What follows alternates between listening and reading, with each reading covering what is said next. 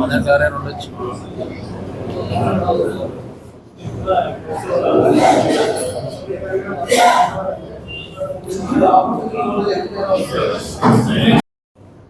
Okay, good morning everyone.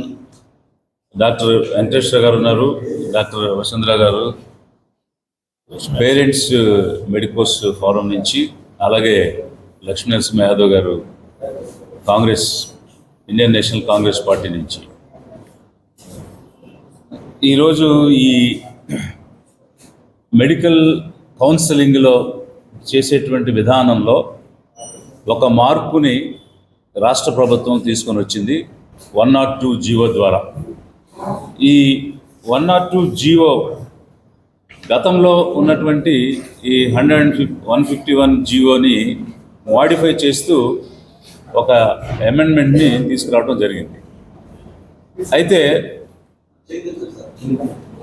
అయితే ఈ జీవోలో చేసిన మార్పు వల్ల పర్టిక్యులర్గా 60% రిజర్వేషన్స్ ఉన్నటువంటి వాళ్ళందరూ కూడా ఎఫెక్ట్ అయ్యేటువంటి పరిస్థితి ఉంది.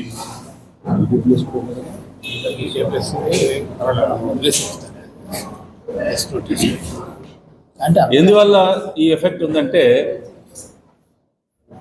గతంలో జరిగేటువంటి విధానంలో 151 జీవో ప్రకారంగా ఈ కౌన్సిలింగ్ జరిగేది. అయితే ఇప్పుడు తీసుకొచ్చినటువంటి జీవోని 100% తప్పు అని మేము అనడం లేదు.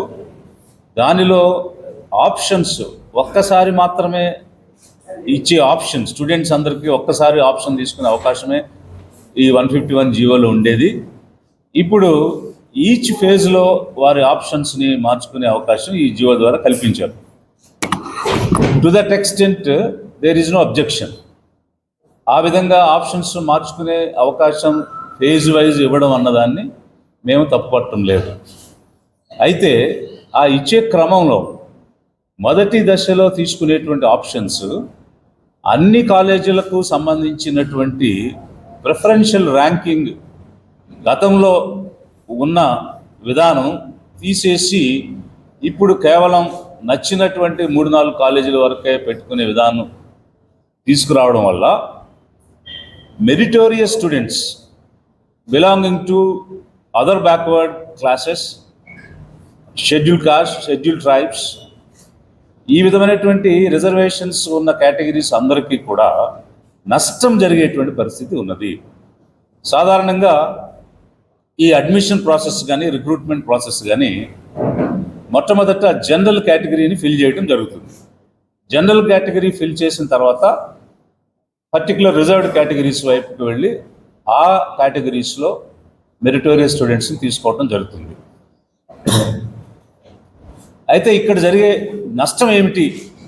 మేము ప్రతిసారి ఆప్షన్స్ మార్చుకునే స్టూడెంట్స్కి మేలు చేయడానికే ఇచ్చాం కదా, అలాంటి దాన్ని మీరు ఏ విధంగా తప్పుపడతారు అనేటువంటి వాదన ప్రభుత్వం చేస్తుంది.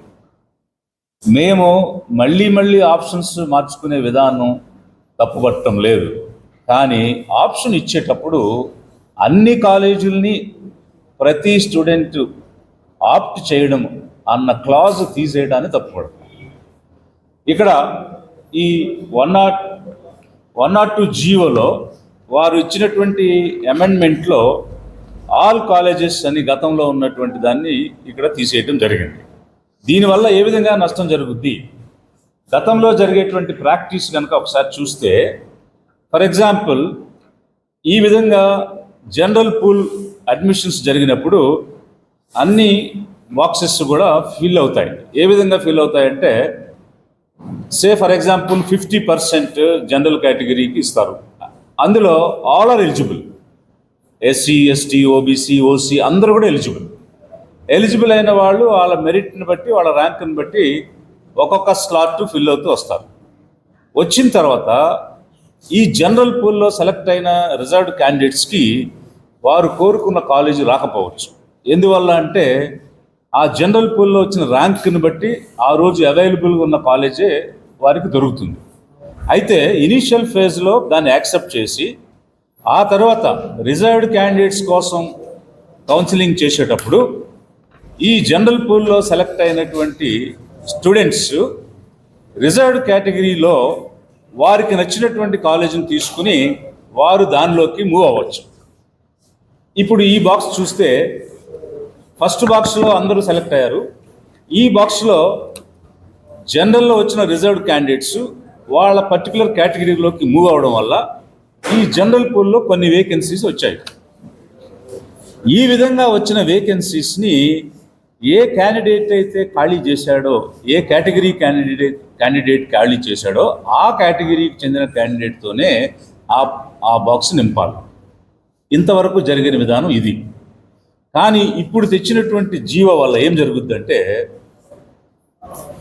జనరల్ పూల్లో సెలెక్ట్ అయ్యే అవకాశం ఉన్న ఒక ఓబీసీ తాను కోరుకున్న కాలేజ్ ఆ జనరల్ కేటగిరీలో దొరకనప్పుడు అక్కడ ఎంతమంది అయితే మూవ్ అయ్యారో అంతమందిని ఆ ఓబీసీలు అయితే ఓబీసీలు, ఎస్సీలు అయితే ఎస్సీలు, ఎస్టీలు అయితే ఎస్టీలు ఆ రిజర్వ్డ్ కేటగిరీ నుంచి తీసుకోవడానికి అవకాశం ఉంటుంది. దీనివల్ల సమన్యాయం అనేది జరుగుతుంది.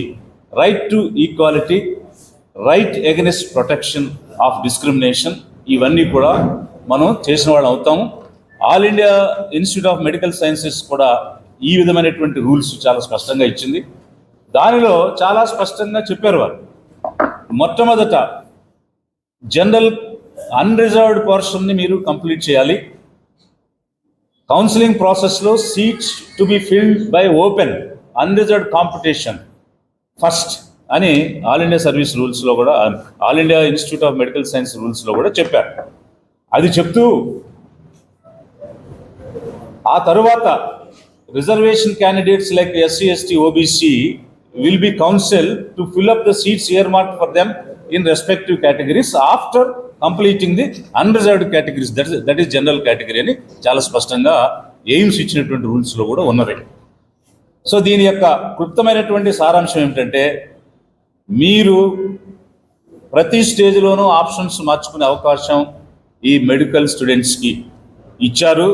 దాన్ని మేము తప్పుపట్టడం లేదు, అది మీరు కంటిన్యూ చేయవచ్చు. కానీ మొదటి దశలో ఆప్షన్ పెట్టేటప్పుడు ఆంధ్రప్రదేశ్లో ఉన్న ఎలిజిబుల్ కాలేజెస్ 35 ఉంటే ఈ 35 కూడా వాళ్ళ ప్రిఫరెన్షియల్ ర్యాంకింగ్లో ఖచ్చితంగా చూపించాలి.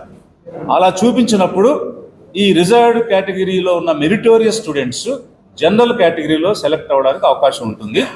వారి స్థానంలో రిజర్వేషన్ ఇచ్చినటువంటి స్థానంలో రిజర్వేషన్ 27% ఓబీసీ సెంట్రల్ అయితే, 25% మన రాష్ట్రంలో అయితే, ఎస్సీ ఎస్టీలకి ఎంత శాతం ఉంటే అంత శాతం వచ్చే అవకాశం ఉంటుంది. ఇది ఒక సామాజిక న్యాయాన్ని కలిగించే అవకాశం దొరుకుతుంది. అలా చేయకపోతే మాత్రం ఇది సామాజిక న్యాయానికి మీరు గొడ్డలి పెట్టు వేసినట్టు, అన్యాయం చేసినట్టు అవుతుంది. We are requesting the government, please amend 102 GO in the interest of social justice.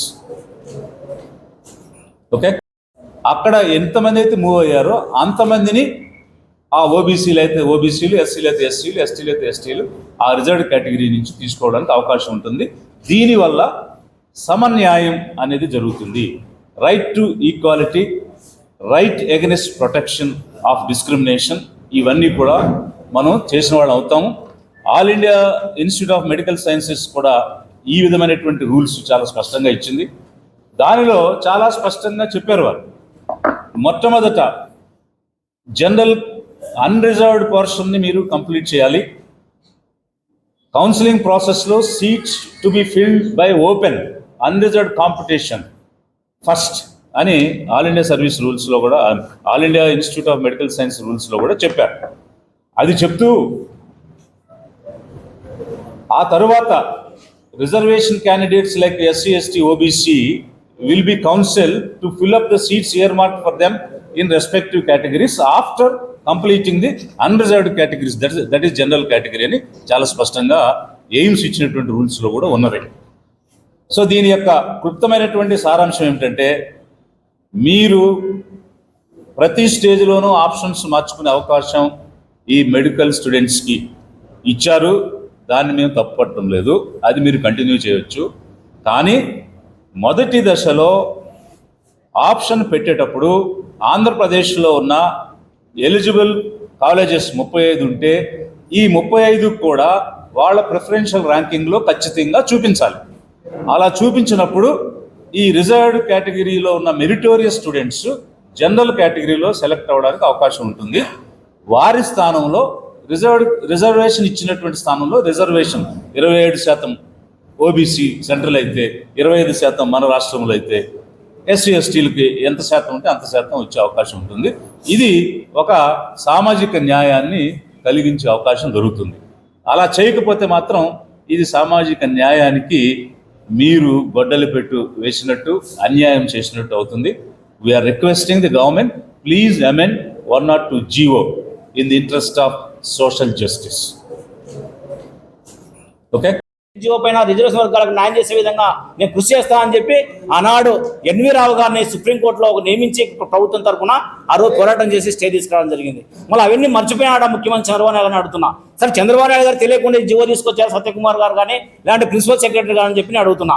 ఎందుకంటే ఇంత క్లియర్గా ఉన్నప్పటికీ కూడా జీవోలో ఆల్ ఆప్షన్స్ వల్ల మీకేం నష్టం జరుగుతుంది? ప్రతి స్టూడెంట్ అన్ని ఆప్షన్స్ ఇచ్చుకుంటాడు. ఆయన ర్యాంక్ ప్రకారం ఏ కాలేజ్ వస్తే ఆ కాలేజ్ సీట్లో జాయిన్ అవుతాడు. అలాంటప్పుడు మీకేం నష్టం? ఛాయిస్ ఆపని ఎందుకు పెడుతున్నారు మీరు? దీంట్లో కుట్రగుణం ఉంది, ఖచ్చితంగా కుట్రగుణం ఉంది. ఖచ్చితంగా సిబిఐతో ఎంక్వైరీ చేయాలి జీవో పైన నేను ప్రభుత్వాన్ని డిమాండ్ చేస్తున్నా. లేని పక్షంలో ఎందుకోసం అంటే ఓపెన్ కేటగిరీలో వేరే విద్యార్థులు ఎవరైతే వెనుక ఉన్నారో ఓపెన్ కేటగిరీ ఇప్పుడు 50 మార్కులకు ర్యాంకుకు కట్ ఆఫ్ అవుతుంది. 55 ర్యాంకులు ఎవరన్నా ఓపెన్ కేటగిరీలో ఓసీ స్టూడెంట్ ఉంటే అతను లోపల మాట్లాడుకున్న సీటు కేటాయించడం కోసమే ఈ పెద్ద కుట్రగుణం ఉంది. కాబట్టి నేను చెప్పడం అది నోటితో తెలియదు. కాబట్టి ఖచ్చితంగా ఎంక్వైరీ చేస్తే ఖచ్చితంగా ఈ జీవో వెనుక అన్ని బయటకు వస్తాయని చెప్పి కూడా నేను డిమాండ్ చేస్తున్నా. ఆ లేని పక్షంలో జీవోని రద్దు చేయకపోతే సార్ చెప్పినట్టుగా మేమందరం కూడా పెద్ద